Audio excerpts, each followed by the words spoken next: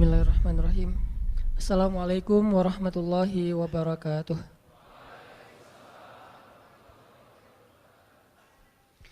Alhamdulillahirabbil alamin. Alhamdulillahilladzi arsala rasulahu bil huda wa dinil haq liyudhhirahu 'alad dini kullihi wa kafaa billahi syahida. Asyhadu an la ilaha illallah wahdahu la syarikalah wa asyhadu anna Muhammadan abduhu wa rasuluh la nabiyya ba'dah. Allahumma shalli wa sallim wa barik ala sayyidina wa habibina wa maulana Muhammadin wa ala alihi wa sahbihi ajmain. Teman-teman yang dirahmati Allah Subhanahu wa taala, barakallahu fikum, jazakumullahu khairal jaza. Makasih banyak untuk keistiqomahan teman-teman hadir. Dan kita emang harus banyak bersyukur. Soalnya Allah ngasih banyak kita kemudahan di Bandung ini secara khusus untuk kita makin menempa diri dan iman kita lewat majelis-majelis ilmu. Itu dimudahin banget sama Allah. Ketimbang kalau kita bandingkan dengan teman-teman kita di kota-kota lain, terutama di pelosok. Kemarin saya baru pulang dari Papua, daerah Sorong. Di sana tuh kedatangan saya disambut kayak penyambutan menteri. Jadi pakai acara seremoni ala Papua gitu. Ada apa? Kayak mukul-mukul rebana, tapi dengan genre metal. Kenapa bisa gitu-gitu banget? Karena memang jarang banget di tempat mereka itu ada taklim, terutama dengan konteks anak muda, itu jarang banget.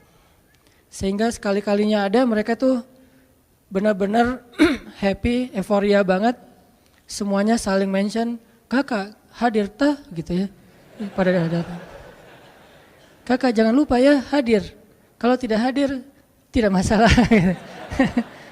Wah, pada datang rame-rame, seru gitu.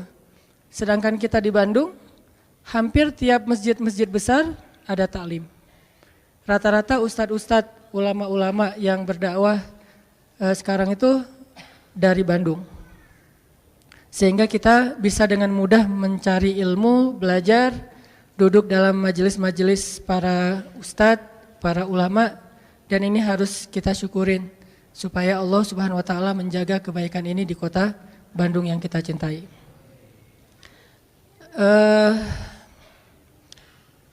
Saya lupa, harusnya malam ini kita melanjutkan kajian tentang Luqman ya, yang kemarin sempat kita bahas di Masjid Telkom. Tapi karena berhubung judulnya udah keluar, gak apa-apa, kita coba post dulu kajian tentang Luqman.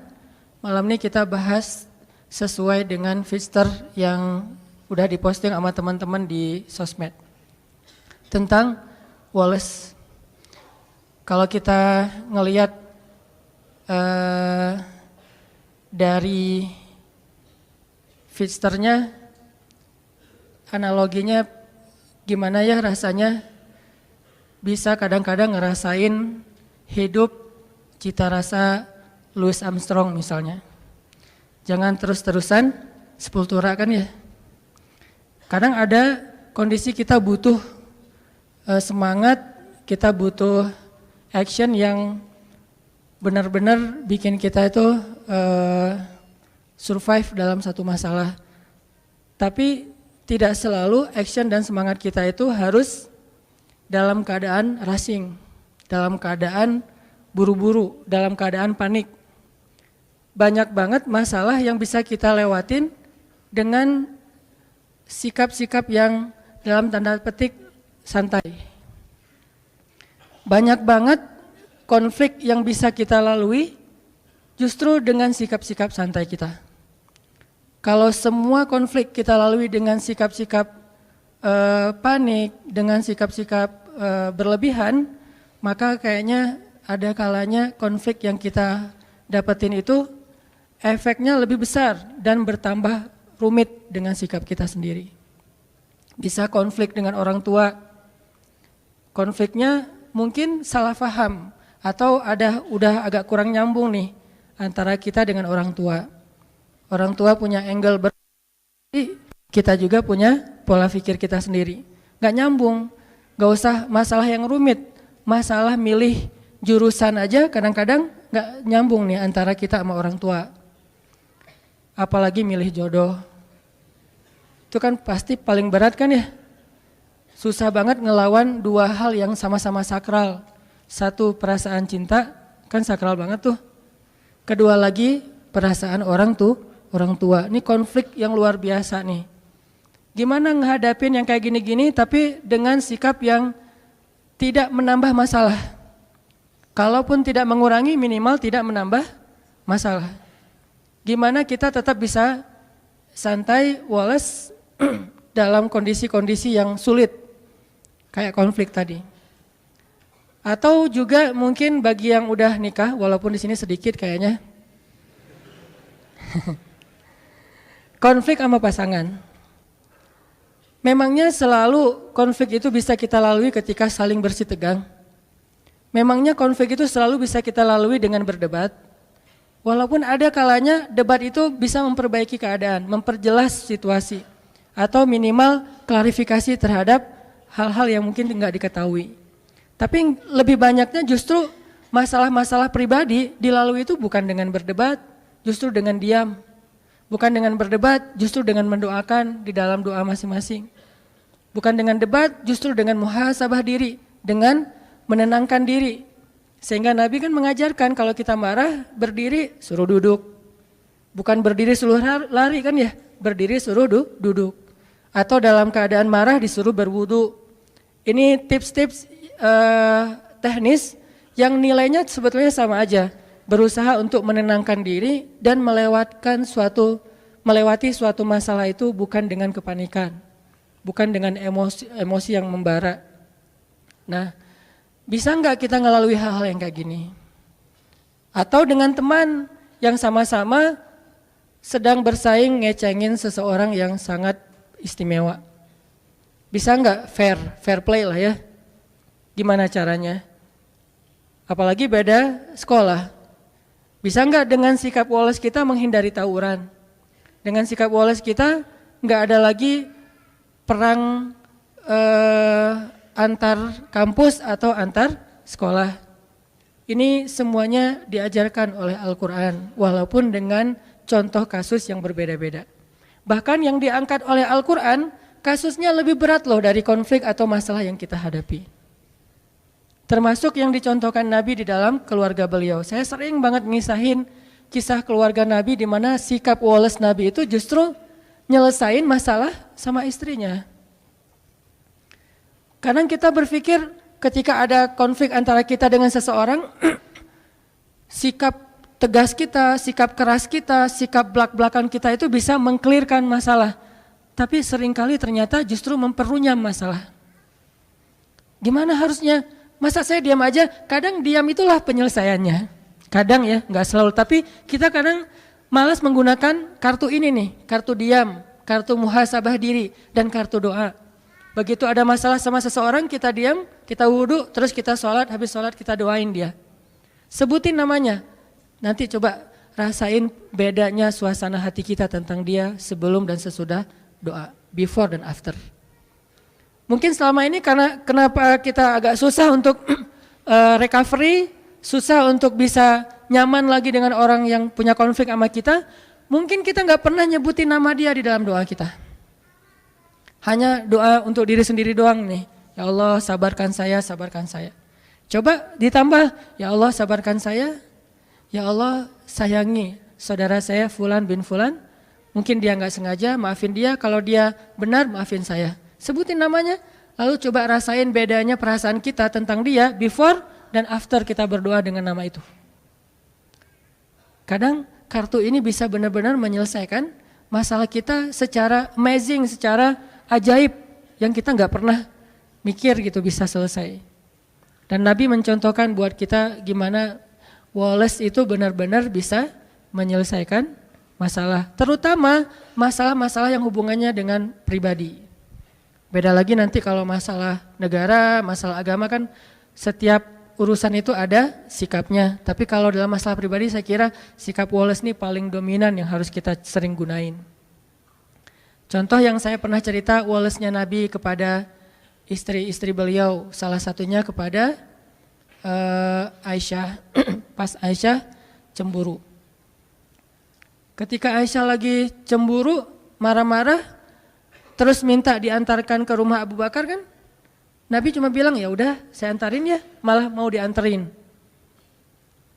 Aisyah juga mau bilang enggak, bingung gitu, karena keluar rumah sendiri mungkin malam-malam agak susah, mending dianterin sama suami. Ya udah deh, dalam keadaan marah Aisyah pun berkomunikasi sama Nabi. Ya udah saya anterin ya, ya udah nggak apa-apa, tapi marah gitu, dianterin.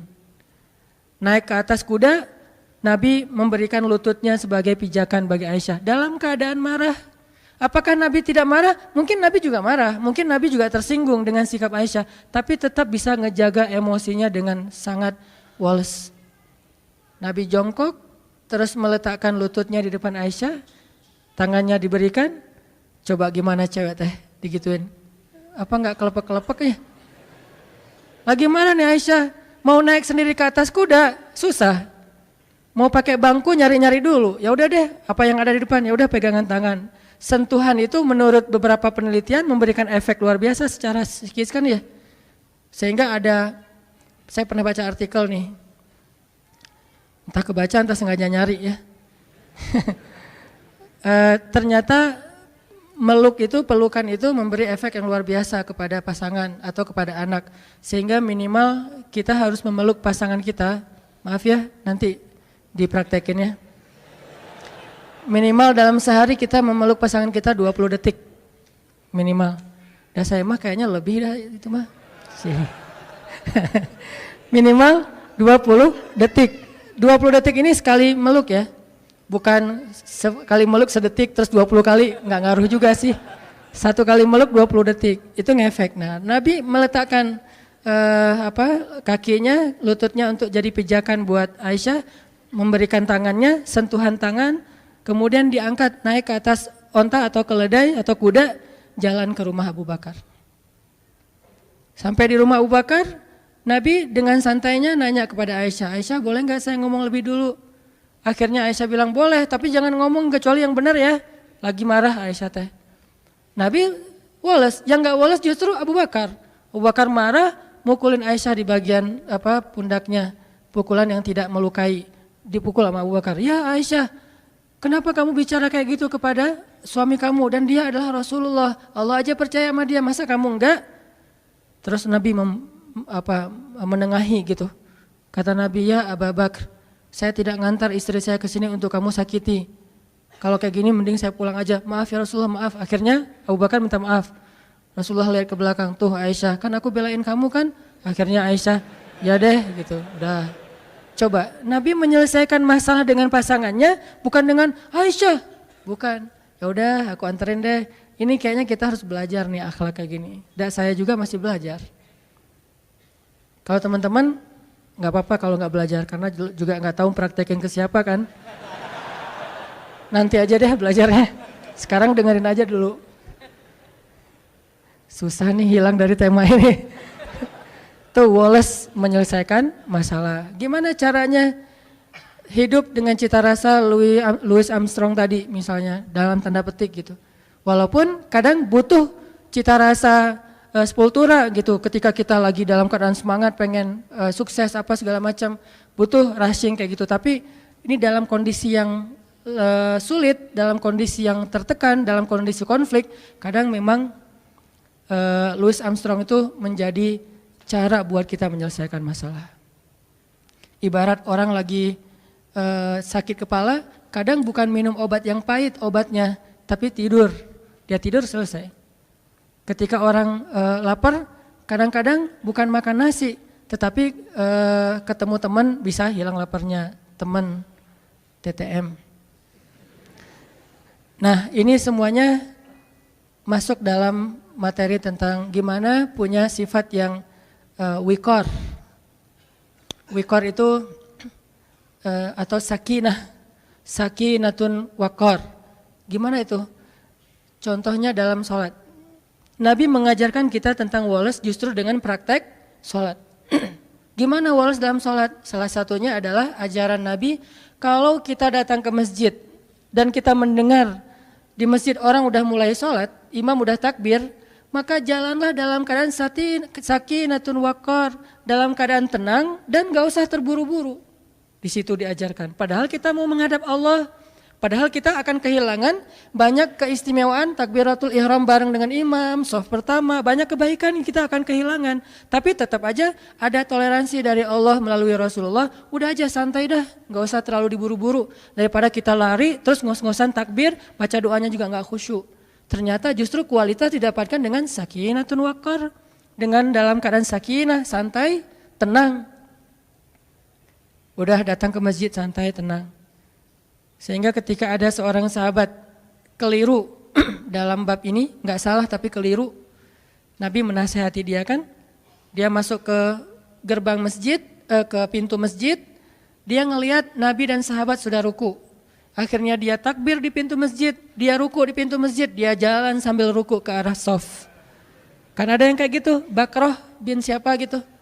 Selesai sholat dia curhat, Rasul saya tadi sholatnya lucu loh, model baru gitu. Saya nyebutnya tutorial sholat ala Bakroh. Gimana tutorial sholat ala kamu? Saya sholatnya tadi rukunya di pintu masjid, terus sambil ruku, sambil jalan, karena takut ketinggalan rakaat pertama. Ini juga dalil bagi sebagian ulama bahwa ruku itu masuk dalam rakaat pertama. Tapi sebagian yang lain berpendapat berbeda, masing-masing punya mazhab lah, kita respect dengan semua mazhab. Nah, Nabi ngasih tahu, ya udah besok-besok jangan gitu lagi ya. Coba. Nabi juga ngasih taunya woles. Woles tapi nyelesain masalah, bukan woles diam pasif ya. Woles tapi nyelesain masalah, enggak marah-marah. Apaan kamu nih sholat kok dibuat-buat, kan saya enggak pernah ngajarin, dasar bid'ah. Enggak pernah Nabi ngomong kayak gitu. Santai aja ngomongnya tuh. Enggak usah tarik deh gitu ya. Biasa aja, enggak usah nyolot kalau bahasa anak ini mah. Ternyata Nabi juga nggak nyolot dalam masalah-masalah sepele kayak gini. Nabi cuma bilang, ya udah besok-besok jangan diulang ya.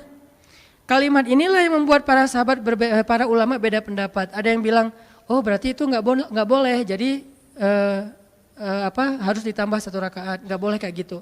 Ada yang bilang, oh itu boleh, cuman makruh. Buktinya Nabi mengatakan, ya udah besok-besok jangan diulang. Seandainya nggak sah, pasti Nabi suruh ulang. Jadi beda pendapat di antara ulama. Yang jelas teksnya mah kurang lebih Nabi itu woles banget menyelesaikan masalah. Ada sahabat yang lebih ekstrim lagi nih, wolesnya Nabi dalam dakwah kepada laki-laki Badui yang buang air kecil di masjid. Itu kan simbol woles Nabi paling keren tuh. Walaupun saya ngebahas hadis ini, jangan berpikir saya mampu kayak gitu, kayaknya nggak mampu. Bayangin masjid, bukan masjid yang dibangun orang terus kita datang, enggak. Masjid yang kita bangun dari nol, jerih payah kita banget nih. Kita datang dari Mekah ke Madinah, di Madinah tuh belum ada apa-apa. Kita bangun masjid itu dari nol banget. Kita bangun gotong royong, udah jadi masjidnya, tikar-tikarnya udah digelarin, duduk dengan para sahabat, udah capek lelah istirahat. Tiba-tiba datang seorang laki-laki yang entah dari mana, gak jelas, gak dikenal, main buang air kecil aja tuh di pojok masjid. Dia kira ini toilet umum, main buang aja di situ. Sahabat ngeliat itu sekelas Umar udah ngeluarin pedang tuh. Umar udah sap langsung. Hampir digini-giniin sama Umar. Wah ini gak tahu nih. Umar udah ngeluarin pedang. Sahabat-sahabat lain udah merah mukanya, udah mau digebukin aja rame-rame. Nabi yang paling mencintai masjid di antara semua umat Islam. Jadi jangan bilang misalnya, Nabi bisa kayak gitu berarti biasa-biasa aja perasaannya dengan masjid. Enggak, Nabi itu paling cinta rumah Allah. Buktinya beliau paling lama kalau itikaf. Mana pernah kita itikaf Ramadan 30 hari atau 29 hari. Nabi pernah banget Ramadan itikafnya full. Gak usah ada masjid, belum ada masjid aja Nabi itikaf di Gua Hiro sebelum jadi Nabi. Jadi Nabi itu cinta banget dengan rumah ibadah. Cinta banget dengan rumah Allah. Sehingga ketika ada yang menistakan rumah Allah itu pasti paling marah duluan Nabi teh. Karena hati beliau paling bersih. Kenapa Nabi bisa woles? Karena itulah yang diajarkan Allah. Akhirnya Nabi bilang, udah woles saja sahabat-sahabat, santai-santai, tunggu sampai dia selesai. Jangan ganggu dia, karena kalau kita ganggu dia nanti jadi penyakit. Bayangin baru setengah diganggu kan jadi penyakit ya. Tunggu, biarin dia sampai selesai. Kalau belum mungkin dihalau, tapi karena udah terlanjur ya udah beresin aja dulu. Udah beres, baru Nabi minta tolong, ada beberapa orang sahabat ngambil air, disiram, dibersihin, beres. Orangnya dipanggil sama Nabi. Siapa namanya? Senyum malah tuh coba. Jadi kalau kita belajar Islam rajinnya justru cemberut, kita ini nggak ikut sunnah Nabi. Kalau makin kita belajar Islam makin rajin senyum, berarti kita ikut sunnah Nabi. Karena sunnah Nabi yang paling luar biasa itu senyum. Bahkan kepada orang yang nggak ngerti, disenyumin sama Nabi. Siapa namanya? Kenalan. Coba lihat KTP-nya, SIM dan segala macam. Bahasa kita. Nah, ini mah kita ya. Ambil kenalan, udah kenalan, udah ngobrol-ngobrol baik. Akhirnya Nabi ngasih tahu, ini tuh rumah ibadah. Kami mensucikan tempat ini karena kami di sini menyembah Allah Subhanahu wa taala. Jangankan buang air, bahkan sampah aja kami pungut dari sini. Kan ada hadis kalau misalnya kita ngelihat sampah sekecil apapun di masjid, masukin ke kantong nanti dibuang di luar kalau itu bukan najis gitu kan. Nah, sampah aja nggak boleh ada di dalam rumah Allah. Tadi kamu mungkin karena nggak tahu ya, gitu-gitu deh bahasa kurang lebih. Oh itu ya, maaf salah, saya salah tempat berarti dan segala macam, dia nggak enak hati gitu. Ya udah nggak apa-apa, dinasihatin, lama-lama malah masuk Islam. Udah mungkin dia sengaja ngetes kali itu, cuman agak ekstrem sih ngetesnya mulanya gitu. Pengen hijrah, maaf, buang air kecil di masjid dulu. Kalau masjidnya woles, dia hijrah. Kalau masjidnya nggak woles, dia nggak jadi hijrah tuh. Akhirnya dia masuk Islam, udah gitu dia doa, ya Allah rahmatilah saya dan rahmatilah Muhammad, yang lain jangan. Doanya gitu-gitu amat. Saya dan Muhammad doang, yang lain jangan. Sebel dia sama yang lain. Yang lain makin, apaan sih doa juga. Kata Nabi, jangan gitu. Kalau doa mintalah kebaikan buat semuanya, karena kamu akan mendapatkan kebaikan sebanyak yang kamu doakan. Oh gitu, ya Allah rahmatilah saya, rahmatilah Muhammad, dan rahmati juga orang-orang di sekeliling saya. Baru yang lain geleng-geleng. Benar ya, Nabi luar biasa. Bisa mengubah kutub hanya dengan sikap wolesnya. Bukankah ada sahabat yang masuk Islam itu justru gara-gara Nabi juga menunjukkan sikap woles ketika dia marah-marah? Dia tuh pengen bunuh Nabi nih, nanti cari ya namanya siapa. Dia pengen bunuh Nabi, ketangkap sama para sahabat, diikat di masjid, di tiang masjid. Setiap kali Nabi datang ke masjid, Nabi selalu menyapa dia. Gimana kabarnya? Tahu, kata dia. Oh ya udah, masuk. Besok datang lagi. Nabi ini kayak udah tahu orang diikat, tanya kabar gitu ya. Gimana kabarnya hari ini, udah makan belum? Tahu orang lagi diikat gini, nanya kabar, marah. Nabi bawa makanan nih, ada korma, tapi nggak diracun, korma aja. Korma air, Nabi ngasih dia air, tapi diikat tetap diikat. Kenapa kok bisa gitu? Karena hak agama, tetap hak agama nggak boleh kita curangin. Kalau kita mencurangi hukum Allah, berarti kita zalimnya ke Allah. Karena kita terlalu ngeringanin, terlalu nggak tegaan, akhirnya kita mencurangi hukum Allah. Tapi jangan sampai kita menjalankan hukum Allah sambil mencurangi hamba Allah. Inilah indahnya Islam, pertengahan banget nih. Tegas, tapi nggak zalim. Ada orang yang tegas, keras, zalim. Ada yang terlalu lemah, akhirnya jadi kezaliman merajalela. Nah, Nabi tetap mengikat dia di tiang masjid, tapi dikasih makan. Dan makan itu, makanan yang Nabi makan, bukan sisa. Dikasih minum, disapa, diperhatikan kalau lagi malam pakaiin selimut biar nggak kedinginan. Tapi tetap diikat di masjid. Dia bisa tidur sambil duduk di tiang masjid. Lama-lama setelah Nabi berkali-kali menunjukkan sikap woles yang luar biasa, akhirnya dia membalas sapaan Nabi. Nabi japri dia udah bukan dirit lagi sekarang, dibalas. Mulai typing dia teh. Tadi dirit juga enggak, diblok malah. Tapi Nabi ngirim aja terus. Nah kita kadang-kadang ngedakwahin teman kita dengan perasaan bukan kita udah lebih baik dari dia ya. Gak boleh sama sekali kita berpikir kayak gitu. Karena kita sadar kadang kalau dia nanti udah dapat hidayah Allah, bisa jadi dia akan nyalip kita di tengah jalan, lebih soleh dari kita. Lagi pula kan kita nggak tahu akhir hidup kita itu akan baik atau buruk. Nauzubillah, mudah-mudahan kita tetap dapat husnul khotimah. Bisa aja dia yang kita lihat kayak sekarang biasa-biasa aja, ntar akhir hayatnya malah dapat hidayah dan masuk surga. Banyak banget kisah-kisah kayak gitu.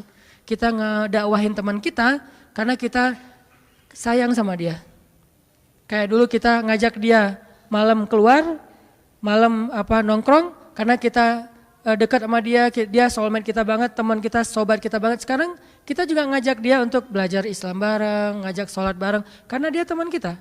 Sebagaimana dulu kita ngajak dia kepada hal yang kita senangi, sekarang juga kita mengajak dia kepada hal yang kita senangi dan insya Allah baik. Bukan karena merasa lebih baik. Kalau disikapin kayak tadi tuh, nah di situ belajar nih. Saya juga masih belajar banget gimana bisa woles. Nggak gampang emang, karena ini urusannya emosi kan, perasaan. Kalau urusannya logika doang sih bisa, tapi kalau udah perasaan kadang-kadang subjektif, egois sih kadang-kadang kita mah. Nabi bisa menekan perasaan itu. Sehingga Nabi menunjukkan sikap paling baik, akhirnya orangnya membalas ketika Nabi bilang, gimana kabarnya hari ini? Baik Muhammad, udah lembut ucapannya. Udah pakai emotikon senyum. Oh udah beda nih, tadi kan gak ada gitu-gituan. Setelah dia udah mulai baik ucapannya, Nabi bilang ke sahabat, lepaskan ikatan dia, dilepasin. Udah dilepaskan, Nabi ngobrol sama dia, akhirnya dia bilang dia ingin kembali kepada kaumnya. Ingin mengambil tebusan. Dan hebatnya Nabi, percaya lagi sama dia tuh. Nabi memberikan kepercayaan itu sebagai bentuk menunjukkan sikap Nabi yang luar biasa. Orang yang pengen bunuh Nabi malah ketika berjanji akan mengambil tebusan terhadap dirinya. Karena kan suasana perang berarti harus menebus ya.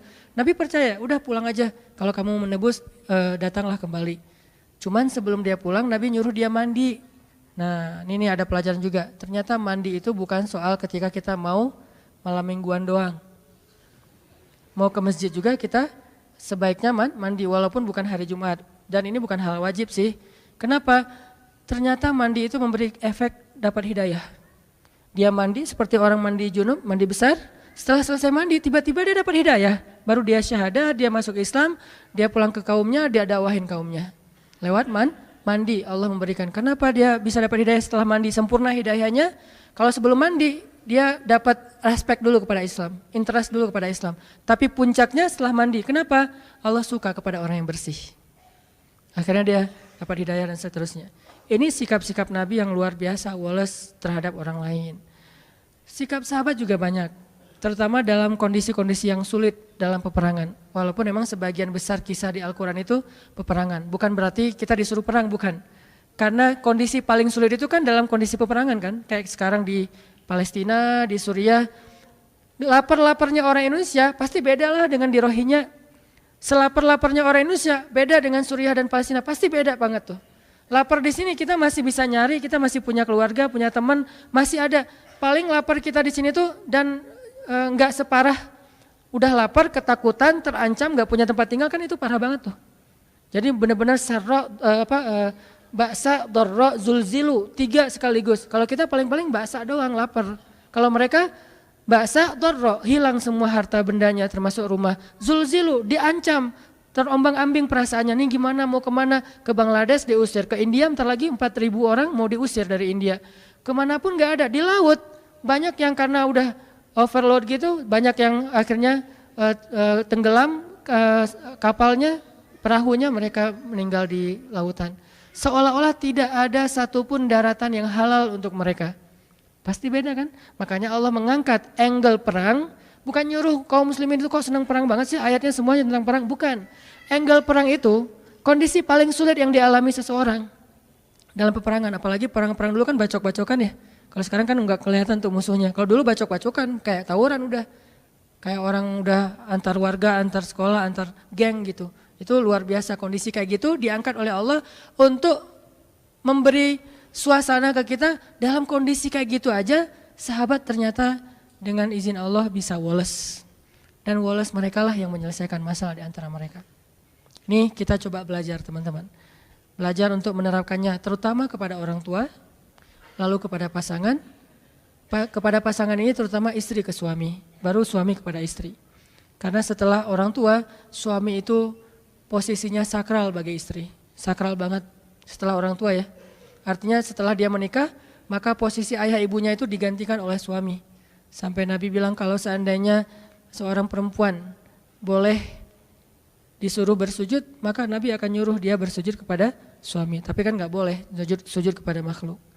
Nah, kepada pasangan, bahkan kepada anak, terus juga kepada tetangga. Nah ini juga susah nih, hese nih kalau ke tetangga nih. Ada tetangga yang suka iseng, yang sering usil, gimana cara kita woles. Kadang-kadang kita sekedar nggak dibales sapaan kita aja udah nggak bisa woles.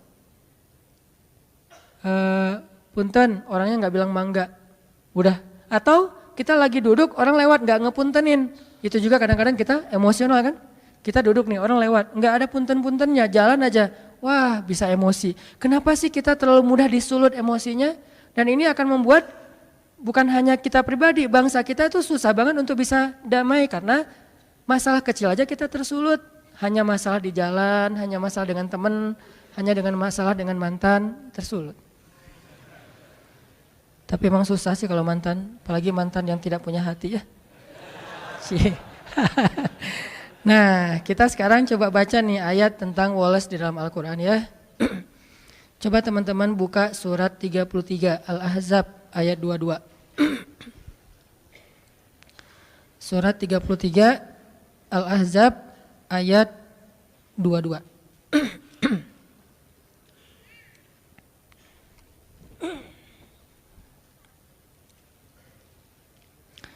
A'udzu billahi minasy syaithanir rajim.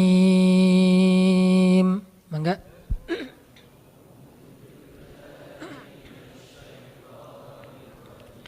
Bismillahirrahmanirrahim.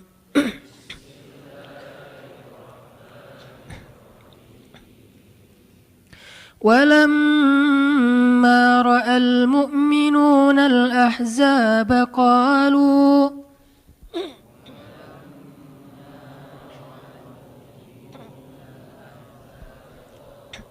قالوا هذا ما وعدنا الله ورسوله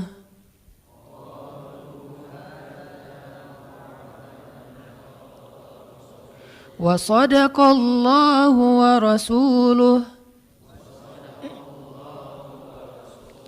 وما زادهم إلا إيمانا وتسليما.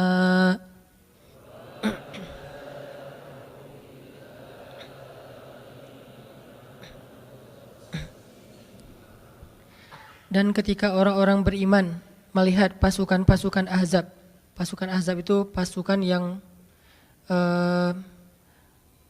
berkoalisi banyak gitu ya, kumpulan kabilah gitu. Mereka berkata, inilah apa yang pernah dijanjikan Allah dan Rasulnya, dan benarlah Allah dan Rasulnya.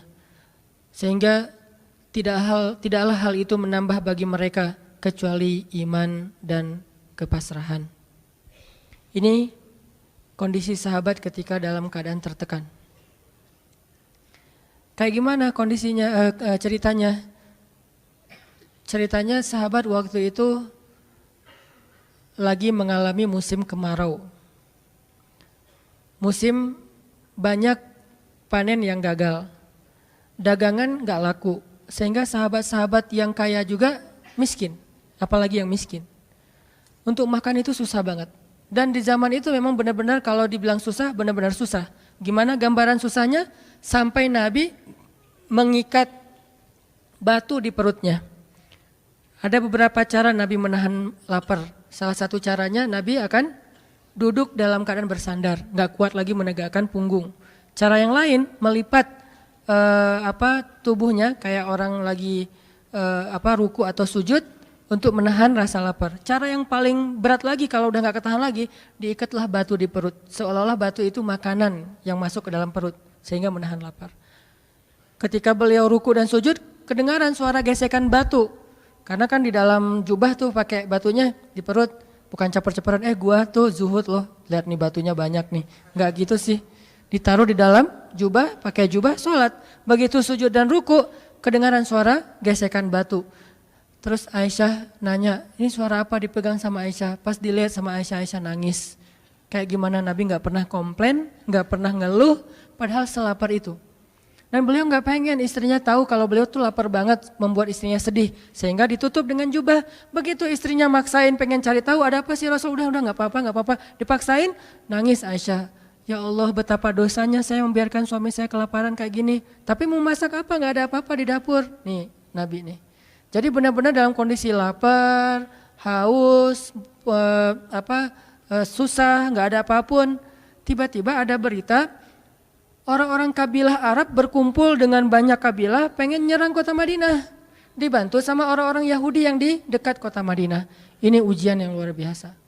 Kayak di Palestina, di Gaza, dapat berita bahwa Israel akan melancarkan serangan udara dan darat kayak dulu sekitar 2010 serangan di bulan Ramadan selama 50 hari itu. Itu kan ancaman yang luar biasa. Kita nonton di TV aja kayaknya jantung kita gimana gitu. Gimana yang ngalamin coba. Mereka tidur malam hari itu mungkin tidur terakhir buat mereka, setelah itu nggak akan bangun-bangun lagi. Dan nggak tahu juga mungkin apartemen mereka yang akan runtuh. Ketika tidur itu udah saling maaf-maafan, ini mungkin malam terakhir kita bareng-bareng, setelah ini kita insya Allah bertemu di surga. Benar-benar ancaman yang luar biasa. Ditambah lagi dari dalam kota banyak orang-orang munafik ngegembosin, memprovokasi. Selalu kayak gitu kondisi kaum muslimin, dimanapun kayak gitu. Ada aja orang dalam yang memanfaatkan situasi kaum muslimin dalam keadaan tegang, mereka malah merusak suasana. Ini kondisi ketika walamma ra'al mu'minun al-ahzab. Ketika mereka melihat pasukan musuh yang sangat banyak mengelilingi kota Madinah, dan kalau musuh itu masuk ke dalam kota Madinah, nggak akan memberikan ampun, habis semuanya. Karena musuh-musuh itu kalau masuk suatu kota, mereka akan menghancurkan rumah, membakarnya, merusak ladang, dan mengambil harta-harta, bahkan sampai anak kecil juga nggak diampuni. Itu kan yang terjadi di Suriah dan di Palestina. Sampai anak kecil juga nggak diampuni. Salah apa anak kecil kayak yang terakhir serangan di Idlib kemarin nih, rumah bersalin diserang. Memang orang bersalin salahnya apa?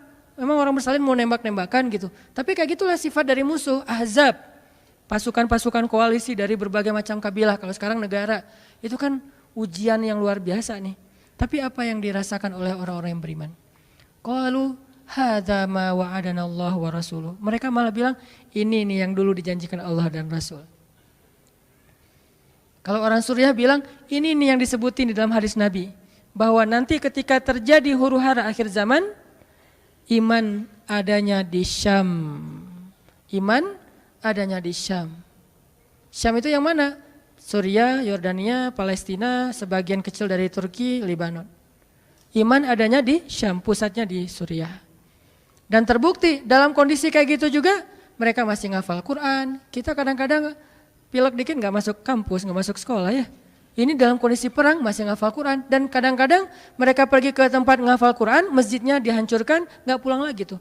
Yang lebih berat bukan anaknya, orang tuanya melepaskan anaknya dalam kondisi perang, pergi ke masjid untuk ngafal Quran, di mana masjid itu banyak banget jadi target serangan bom udara. Itu kan orang tuanya luar biasa tuh perasaan mentalnya, bisa melepaskan anaknya ke masjid. Saya aja ngelepasin anak ke pesantren itu nggak tega. Duh, berapa lama tuh baru bisa dikunjungin? Sebulan sekali babah, kata anak-anak. Wah, sebulan sekali. Nggak jadi deh, nggak usah pesantren, mending di rumah aja. Nggak tega gitu teh. Gimana melepaskan anaknya ke masjid yang mungkin akan diserang setiap saat, kapan aja. Ini iman. Kok bisa kayak gitu? Apa yang menjadikan mereka wales dalam kondisi lebih berat dari kita? Nah kita masalahnya lebih ringan, harusnya lebih wales dari mereka. Jadi makin ditekan, makin yakin sama Allah. Makin banyak masalah, makin yakin sama Allah. Makin berserah kepada Allah. Kok bisa kayak gitu? Ada orang yang ketika makin banyak masalah, makin ragu sama Allah. Ini Allah maunya apa sih? Gitu kan? Ketika makin banyak masalah, makin kayak mempertanyakan takdir dan ketentuan Allah. Kenapa kok saya yang ngalamin ini? Kenapa saya dari dulu gak selesai-selesai masalahnya? Kenapa justru setelah saya berhijrah malah banyak masalah? Kenapa para sahabat sebaliknya? Makin dikasih ujian, makin wa ma zadahum illa imanan wa taslima. Gak bertambah kecuali iman dan kepasrahan. Jadi dikasih ujian malah makin yakin sama Allah, bukan makin ragu. Misalnya dia ganti nih model transaksi dagangnya, bisnisnya. Yang tadi mungkin syubhat atau haram, sekarang dia pakai model transaksi bisnis yang halal aja deh, yang aman-aman aja. Gara-gara transaksi yang halal malah banyak masalah. Masih mending kalau masalahnya cuman berkurang income-nya. Ini malah ditipu orang lah, rugi segala macam. Mulai mempertanyakan, nih bener gak ya saya ngambil jalan yang syariat segala macam, kok malah makin susah nih kelihatannya. Kenapa kita ketika diuji malah jadi ragu sama Allah? Kenapa saya katanya kalau misalnya saya jujur, saya akan dapat kebaikan. Ini gara-gara jujur malah nggak lulus. Ya mungkin nggak belajar tapi jujur.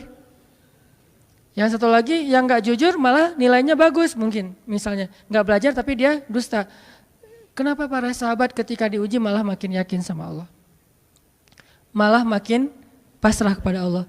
Karena mereka pegang janji Allah. Itu salah satu tipsnya. Kalau kita pengen tetap woles pas menghadapi kesulitan, pegang janji Allah. Makin kita kuat pegang janji Allah, diuji, kita makin pasrah sama Allah. Ya Allah, saya akan yakin sama Engkau memegang janjimu. Ketika diuji, saya berharapnya balasan dari Allah, pertolongan dari Allah. Kayak yang pernah saya sampaikan dulu, kalau kita dapat musibah, yakinlah kepada janji Allah. Siapa yang membaca doa yang diajarkan Nabi, nanti Allah akan ngasih ganti yang lebih baik gitu kan ya. Allahumma ajurni fi musibati wa khluf li khairam minha. Ya Allah, beri saya pahala dalam musibah ini, beri saya ganti yang lebih baik darinya. Kalau kita pegang banget dengan janji Allah lewat doa ini, kita ketika dapat musibah setidaknya nggak akan panik habis-habisan. Nggak akan putus asa dalam menunggu pertolongan Allah. Setidaknya kalau nggak bisa woles-woles amat, nggak bisa tenang-tenang amat, minimal nggak panik habis berlebihan. Kalau musibahnya musibah kematian, nggak bikin kita meratapi kematian. Kenapa? Kita pegang janji Allah SWT. Makanya kan ada cerita seorang ayah yang diberi musibah dengan wafat 2 orang anaknya. Anak laki-laki pertama meninggal. Dia bilang innalillahi wa inna ilaihi rajiun. Anak laki-laki kedua meninggal, dia bilang innalillahi wa inna ilaihi rajiun. Semua ini milik Allah. Allah yang memberi, Allah juga yang mengambil kembali. Suka-suka Allah, pasrah gitu. Nerima, ridho dalam bahasa agama. Bukan ikhlas ya. Kalau ikhlas itu dalam bab ibadah. Kalau dalam bab takdir namanya ridho. Raditu billahi robba. Saya ridho deh dengan ketentuan Allah, itu namanya ridho. Bukan yang ikhlas ya. Ikhlas apaan? Orang nggak lagi ibadah kan, lagi ada musibah. Jadi bukan yang ikhlas ya, bukan. Tapi yang ridho ya. Kalau mau lebih tepat nih, tapi nggak apa-apa deh. Pakai bahasa kita aja. Tapi kalau mau lebih tepat maknanya yang ridho ya, sing ridho ya gitu. Bukan sing ikhlas. Karena ikhlas itu ibadah ritual. Nah, dia ridho tuh. Innalillahi wa inna ilaihi rajiun. Innalillahi wa inna ilaihi rajiun. Yang ketiga, meninggal juga. Dan dia mulai agak ragu nih, kok gini-gini amat ya. Suatu malam dia bermimpi, 2 anaknya itu, dalam mimpi itu ayah ini mau jatuh ke sebuah jurang yang di bawahnya api, kayak api neraka gitu. Ditarik sama 2 anaknya, cuman gak kuat.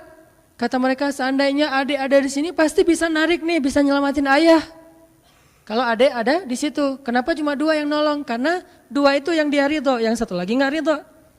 Akhirnya cuma 2 orang yang bisa nolong dia di akhirat. Bangun dari mimpi dia sadar, oh ternyata justru Allah pengen nolong dia di akhirat dengan musibah itu. Dan buat anaknya juga kebaikan nanti di akhirat masuk surga. Akhirnya dia bilang innalillahi wa inna ilaihi rajiun, astaghfirullahalazim. Hidup kadang kayak gitu.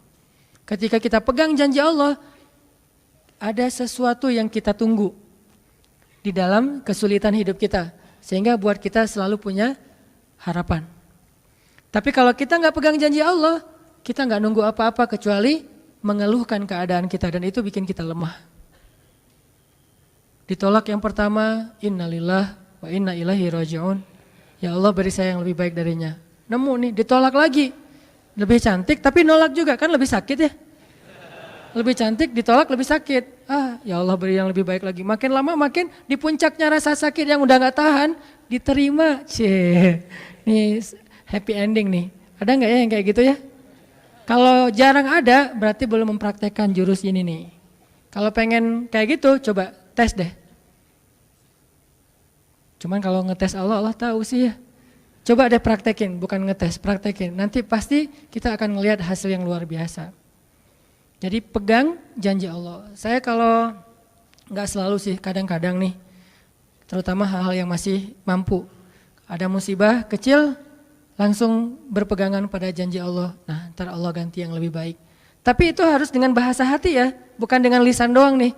wa khluf li khairam minha. Hati nggak percaya. Allah kan bermuamalah berakad dengan kita lewat hati itu teman-teman. Allah nggak berakad dengan kita lewat lisan doang. Makanya niat itu kan sesuatu yang terbersih di dalam hati. Walaupun dalam prakteknya ada mazhab yang mengucapkan, ada mazhab yang tidak mengucapkan. Yang jelas secara definisinya terbersih di dalam hati. Innamal a'malu binniyat. Terus Nabi menunjukkan dalam riwayat yang lain, Nabi menunjukkan ke dadanya atau hatinya. Artinya Allah berakad dengan kita itu dengan hati. Jadi kita kalau mau ditolong Allah, katakan kalimat itu dengan benar-benar yakin di hati kita. Wa khluf li khairam minha. Emang yakin saya Allah bisa ganti nih. Yakin. Gimana caranya? Itu bukan bagian kita, itu bagian Allah. Bagian kita berharap, bagian Allah memberikan cara. Jangan sampai kita mengambil bagian Allah. Pasti kita akan kebingungan. Orang kita bukan Tuhan. Mengambil bagian Allah apa? Harus jelas caranya. Kalau nggak jelas nggak percaya. Terlalu logis. Akhirnya nggak lagi ada ruang untuk kita berharap kepada sesuatu. Jangan mengambil bagian Allah. Gimana caranya? Ya terserah Allah. Yang penting saya berharap Allah ganti yang lebih baik. Ikhtiar urusan kewajiban kita kepada Allah. Bukan cara itu teh. Kewajiban kita kepada Allah. Ikhtiar itu dalam agama kayak ibadah. Sholat, puasa, zakat. Bukan jalan untuk menemukan suatu kebaikan. Karena Allah yang menentukan. Kadang-kadang kita ikhtiar ini jalannya dari yang lain. Kita ngejar, ternyata dapatnya justru yang kita sering pakai curhat. Kan beda-beda kan cara Allah ya. Kita ngejar, gak berhasil, curhat lagi ke teman kita di sebelah. Ternyata dia, bukan dia yang jadi sama dia, kita jadi sama dia gitu maksudnya. Ini artinya emang Allah yang punya cara. Asbab, subul. Walladzina jahadu fina lanahdiyannahum subulana. Orang yang bersungguh-sungguh di jalan kami yang akan tunjukkan kepada cara-cara menuju kepada kebaikan. Subul, bukan cuma satu. Kalau satu sabil, ini berarti Allah yang punya cara. Ya Allah, beri saya ganti yang lebih baik. Saya yakin banget nih. Kata teman kita, caranya gimana? Kayaknya mustahil deh. Allah punya cara. Allah bisa mendatangkan sesuatu dengan cara-cara yang kita mengerti, ilmiah, logis. Bisa yang dengan cara yang kita nggak ngerti, nggak ilmiah, nggak logis. Bisa juga dengan sebalik dari apa yang kita ngerti. Kita ngertinya gini, Allah bikin yang sebaliknya. Allah punya banyak cara.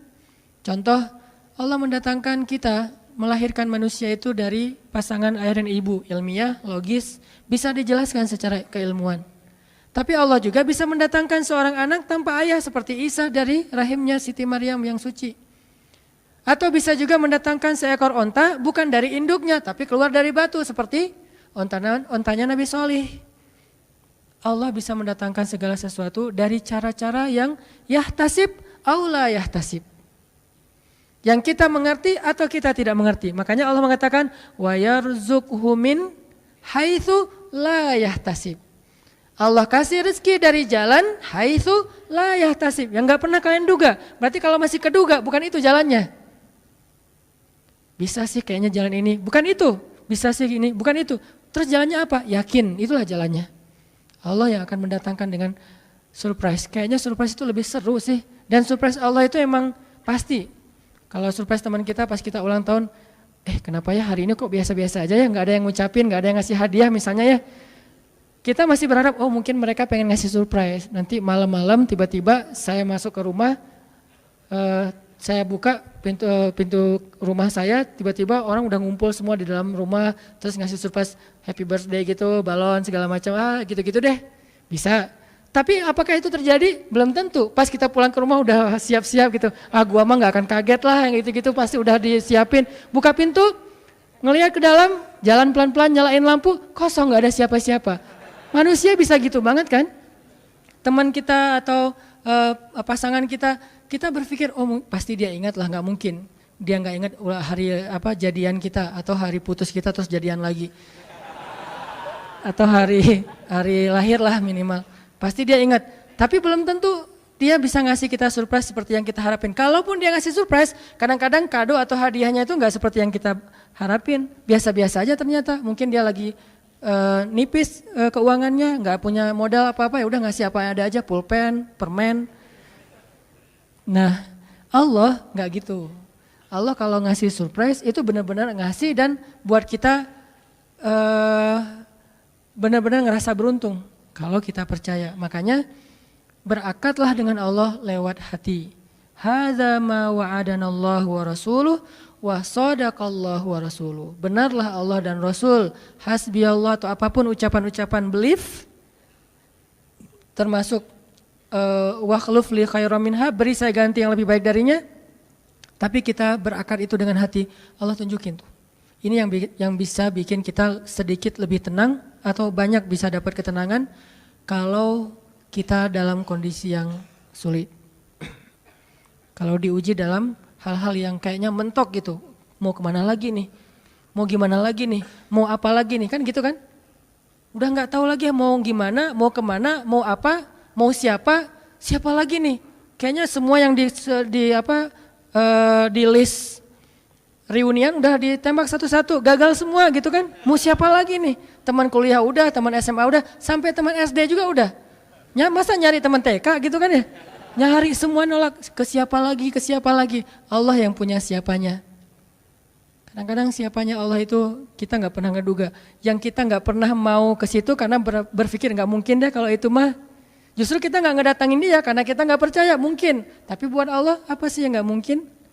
Julaibib dengan kondisi rakyat jelata banget ketemu seorang cewek yang selebgram banget. Bisa aja tuh. Apalagi kita yang insya Allah nggak julaibib amat lah ya. Masih kerenan dikit lah. Walaupun mungkin solehnya pasti jauh dengan Julaibib. Tapi secara fisik ya kita bukan budak. Kita bukan orang yang seperti digambarkan di dalam hadis gimana fisiknya Julaibib sangat pas-pasan. Walaupun tingkat kesolehannya jauh. Pasti sahabat itu tidak tergantikan, tidak tertandingi. Oke, itu satu kasus di Al-Quran gimana Wallace dengan modal pegang janji Allah. Berakad kepada Allah dengan hati. Ini kata kuncinya. Berakad kepada Allah dengan hati. Dan Allah pasti la yukhliful mi'ad. Gak akan ingkar janji. Gak akan. Kalau dengan hati. Masalahnya tingkat hati juga darajat. Lahum darajatun inda rabbihim. Orang yang beriman itu bertingkat-tingkat. Ada yang imannya itu benar-benar luar biasa. Sampai hal yang paling mustahil buat dia tuh gak ada yang mustahil buat Allah. Ada yang berimannya yang berat-berat mah dia masih agak-agak ragu, yang ringan-ringan dia masih yakin. Berarti aku tergantung prasangka hambaku kepadaku.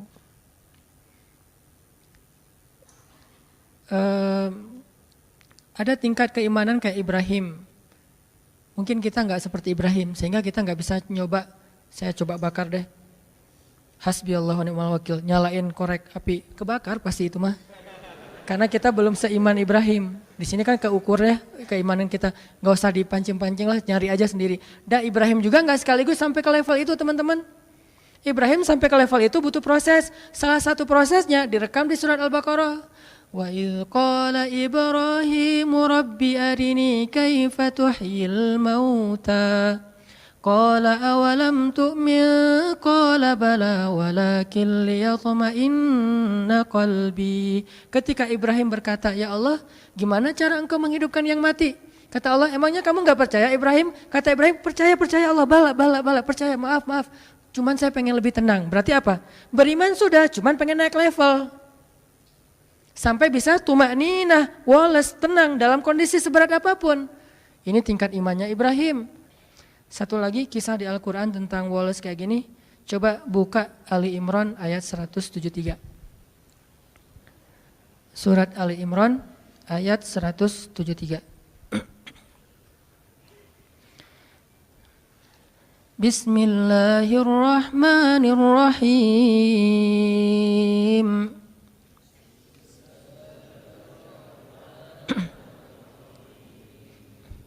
الذين قال لهم الناس إن الناس قد جمعوا لكم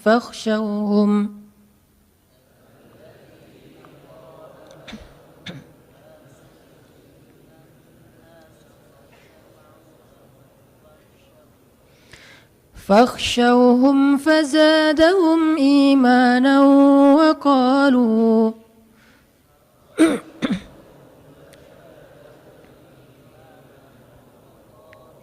وقالوا حسبنا الله ونعم الوكيل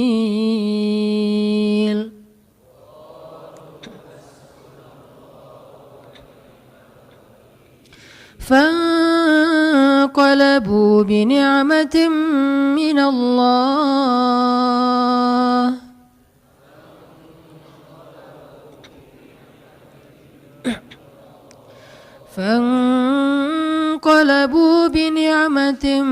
من الله وفضل لم يمسسهم سوء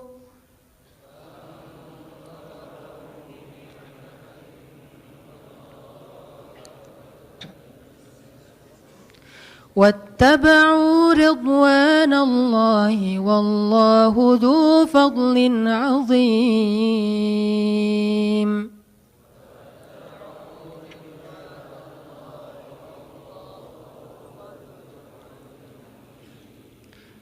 Orang-orang yang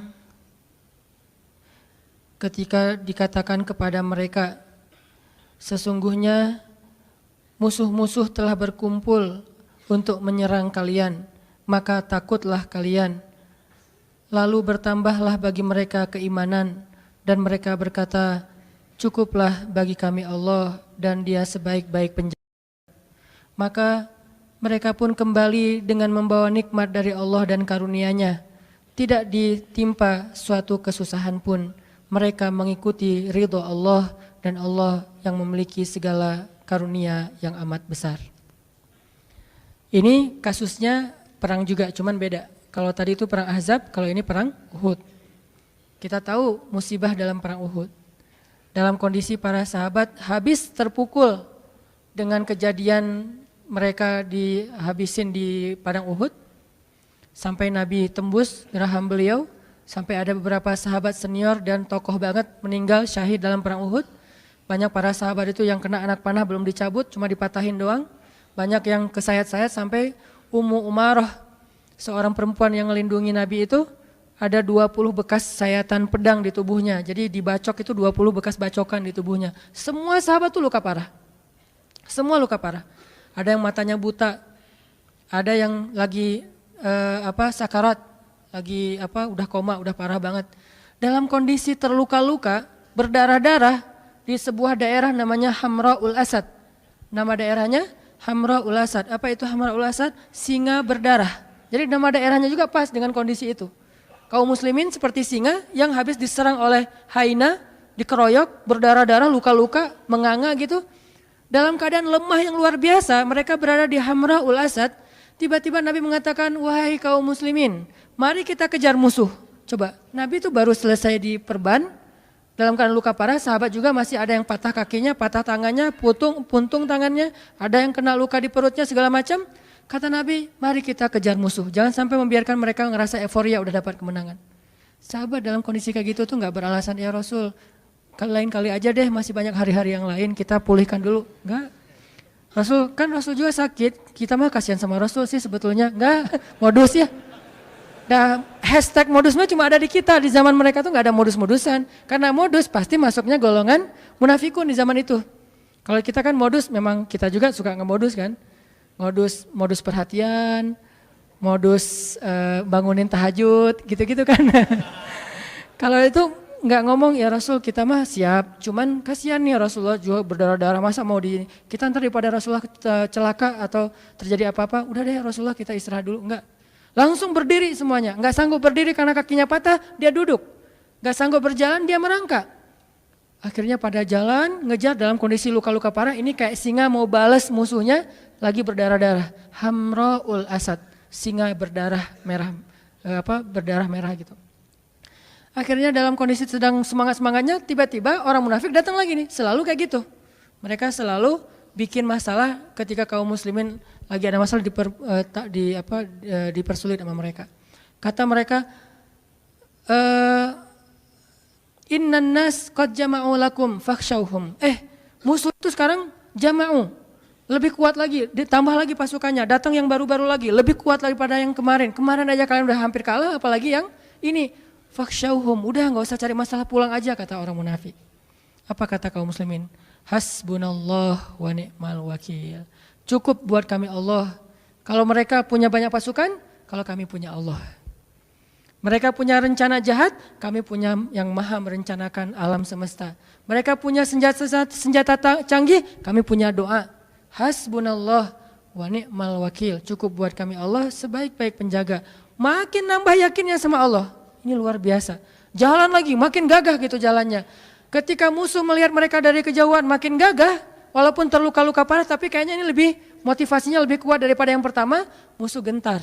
Akhirnya musuh lari. Bisa dibilang perang Uhud itu 2-1, menang, cuman kebobolan. Yang lain menangnya telak, kalau ini kebobolan tadi sedikit. Buktinya apa? Musuh lari, nggak berani lagi berhadapan kaum muslimin ketika adegan kedua. Karena ngelihat wajah-wajah kaum muslimin itu udah siap mati semua. Kalau tadi kan belum terlalu siap nih, ngelihat banyak harta rampasan perang. Kalau sekarang emang datang buat mati, bukan buat hidup, bukan buat kembali dalam keadaan selamat. Pengen mati aja udah. Namanya juga dalam peperangan ini pakainya logika prajurit ya, jangan pakai logika sipil. Ngapain sih gitu-gitu amat, namanya peperangan. Dan di situ ada heroisme gitu. Kita kalau nonton film Hollywood tentang gitu-gitu kan selalu respect. Kenapa ke para sahabat nggak respect? Kan sama aja logikanya, logika perang. Siapa yang paling pemberani berarti keren di situ teh. Akhirnya musuh lari, pulanglah mereka. Fanqalabu bi ni'matin minallah, pulang dengan membawa nikmat dari Allah, harta rampasan perang, wa fadlin, dan anugerah dari Allah berupa pahala, ridho dari Allah. Lam yamsashum su, tidak ada satupun luka yang menggores di tubuh mereka, dan Allah ya yang memiliki segala kebaikan. Kenapa bisa endingnya itu hebat, menang, berhasil? Karena mereka bilang hasbunallah. Jadi pelajarannya apa di sini biar kita walas? Ketika kita tidak lagi berharap kepada siapapun kecuali Allah, saat itulah kita makin kuat. Ketika kita punya banyak harapan kepada makhluk, saat itulah kita lemah. Terus kalau gitu nggak boleh kerjasama dengan makhluk? Enggak, ini bab ikhtiar. Bedakan bab ini berdua. Bab tawakal, bab ridho, bab thiqah, bab istislam dengan bab ikhtiar. Ini dua bab yang berbeda. Bab ikhtiar, bab zahir. Bab tawakal, bab batin. Yang kita omongin sekarang urusan batin. Zahirnya mah kita boleh berjabat tangan bahkan dengan orang kafir sekalipun. Transaksi muamalah duniawi mah kita dengan siapa aja, nggak harus dengan muslim doang. Tapi bab batin, bab yakin kepada Allah. Jadi yang kita omongin bab yakin kepada Allah. As-siqah billah. Ketika yakin kita mendua dari Allah kepada makhluk, saat itu kita lemah. Mentiga, mengempat, mengelima dan seterusnya. Makin banyak makhluk yang kita harapin dari dia, makin kita lemah. Makin sedikit makhluk, makin kita kuat. Makin tidak ada siapapun kecuali Allah. Hasbunallah, itulah puncak dari kekuatan kita. Dalam keadaan hamra'ul asad, berdarah-darah pun bisa mengalahkan musuh. Bukan sehat itu, berdarah-darah. Apa kekuatannya? Apakah fisik? Bukan. Senjata? Enggak. Strategi? Ini malah kayak bisa dibilang nekat ini. Enggak pakai strategi lagi. Terus apa? As-siqah billah, hasbiyallah, hasbunallah. Ternyata kekuatan kita biar kita walas, kuat, tenang menghadapi masalah itu bukan ketika kita berpikir masih ada yang nolongin kita di antara makhluk. Justru ketika kita berpikir udah enggak ada yang nolong, saya mah berharapnya ke Allah aja. Saat itulah menjadi kuat. Dua pelajaran itu teman-teman mudah-mudahan jadi bekal iman, nambah iman kita, bukan nambah wawasan. Rasa-rasanya ngaji sama saya tuh nggak banyak nambah wawasan sih, karena ya gitu-gitu aja sih sebetulnya. Cuman saya berharap ngajinya itu nambah iman. Kalau mau nambah wawasan, teman-teman bisa belajar ke banyak ulama yang lebih faqih, yang lebih banyak ilmunya dari saya. Ada banyak ustadz yang seperti saya pernah rekomendasi. Ada Ustadz Adi Hidayat, ada Ustadz Abdus Somad, dengan latar belakang berbeda-beda, ada Muhammadiyah, ada NU, tapi bijak dalam menyikapi perbedaan. Mereka lebih fakih dari saya, tapi saya berharap kita di sini ngebooster iman kita. Karena kalau itu udah kuat, yang lain jadi mudah. Mudah-mudahan bisa nambah iman, nambah yakin. Satu, pegang janji Allah. Kedua, jangan berharap kecuali kepada Allah. Walaupun secara zahir berikhtiar kepada manusia, tapi batin nggak boleh terlibat kepada makhluk. Hanya kepada Allah Subhanahu wa taala. As-siqah billah. Mudah-mudahan ini menjadi kebaikan buat kita semuanya. Nambah iman, wa ma zadahum illa imanan wa yaziduhum khusyu'a. Bertambah iman, bertambah tunduk kepada Allah Subhanahu wa taala.